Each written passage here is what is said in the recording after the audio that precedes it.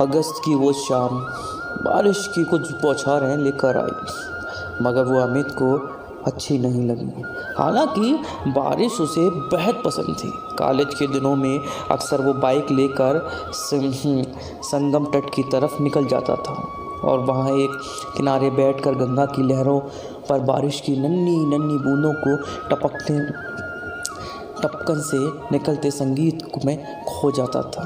बूंदों का नदी से मिलन का संगीत। भैया एक चाय देना, एक लड़की की आवाज़ थी। उसके ठीक पीछे वाली बेंच पर एक लड़की कब आकर बैठ गई उसे पता ही नहीं चला। अमित को लगा जैसे कुछ जानी पहचानी आवाज़ हो, बहुत पुरानी सी। चाय दे देकर चाय वाला प्लेटफार्म की ओर भागा। वहाँ फिर कोई ट्रेन आ खड़ी थी। कौन सी हो सकती है वो लड़की?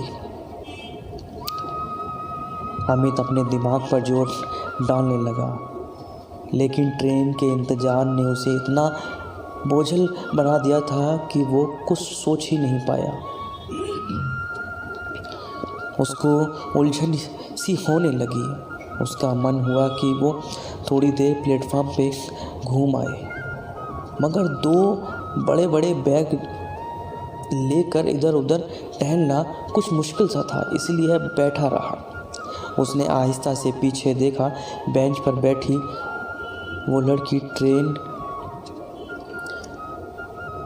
इन्फ्लो डिस्प्ले पर बड़े गौर से देख रही थी। शायद उसे भी अपनी ट्रेन का इंतज़ार था। उसके कानों में वो संगीत जैसे अब भी बज रहा है कि अभी चाय वाला बिल्कुल पास आकर चाय गरम बोला तो अमित ने उसे घूरते हुए एक नज़र देखा और फिर मोबाइल में आंखें गड़ा दी। भीतर मन सुलग रहा था, जैसे सुलग रहा हो तो कोई भी चीज़ अच्छी नहीं लगती।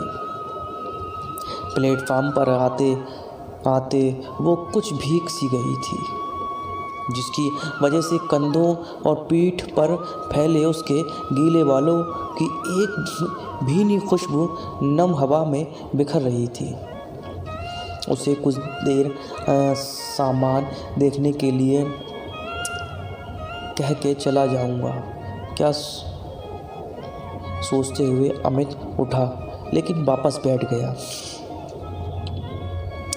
अमित ने महसूस किया कि बार बार एक लट उसके गाल पर लटकी आती थी, जिसे वो अपनी उंगलियों से कान के पीछे ले जाकर जब संवारती तो उसके हाथों की चूड़ियाँ खनक उठती। अमित उसकी तरफ दोबारा घूमा ही था कि उसके आहट पर वो फिर से लटक आई। लट को कानों के पीछे ले जाती हुई पलटी और तुम दोनों ने चौंक कर एक साथ कहा, किसी मोड़ पर पुराने दोस्त से अचानक मिलना कितना अच्छा लगता है। जैसे बरसों से अलमारी में बंद कोई पुराना एल्बम हाथ लग जाए, वो जिसमें हमारी पुरानी शक्लें मुस्कुरा रही होती हैं। अमित के सामने एक खूबसूरत तस्वीर उभर आई तो उसकी उलझन कहीं गुम हो गई। कहीं आवाज़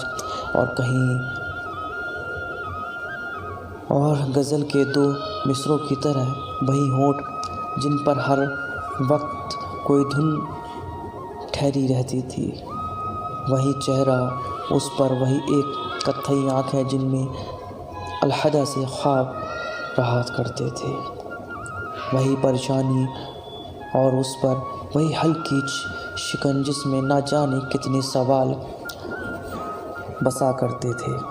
बीते 7-8 सालों में उम्र के तकाजे ने उसको ज़्यादा नहीं बदला था। हाँ, अगर कुछ बदला था तो ये कि उसके मांग के सिंदूर और गले में मंगलसूत्र आ गया था और उसकी कलाइयाँ चूड़ियों से भर गईं। वो अमित की दोस्त काव्या थी। इलाहाबाद में एक ही कॉलेज में के पास आउट थे दोनों। तुम यहाँ कैसे? पहले अमित ने पूछा। इलाहाबाद जा रही हूँ मम्मी के पास। और तुम? काव्या ने कहा। मैं भी, अमित ने जवाब दिया। कुछ देर की खैर खैरियत के बाद दोनों के मन में कुछ सवाल आ बैठ गए। अमित ने उनमें से एक सवाल चुन लिया। शादी कब की? 1.5 साल हो गए। और तुमने शादी की? काव्या रुक कर पूछा। नहीं, अभी नहीं, अमित ने बस इतना ही कहा और दूसरी तरफ देखने लगा, मानो इसके आगे के सवाल क्यों नहीं कि से बचना चाहता था। बारिश कुछ तेज हो गई थी और दोनों के मन पर एक नमी सी जम गई। दोनों की ट्रेन एक ही थी, जिसका अब भी कुछ अता पता नहीं था। कुछ धीमी आवाज़ में चाय बोलते हुए चाय वाला वहाँ से गुजरा तो काव्या ने उसको रोकने के लिए कहा, तुम चाय कब से पीने लगी? तुम्हें तो काफ़ी पसंद थी ना? अमित ने पूछा। तुमको याद है? काव्या ने ऐसे पूछा जैसे अमित को सारी पुरानी बातें याद हो।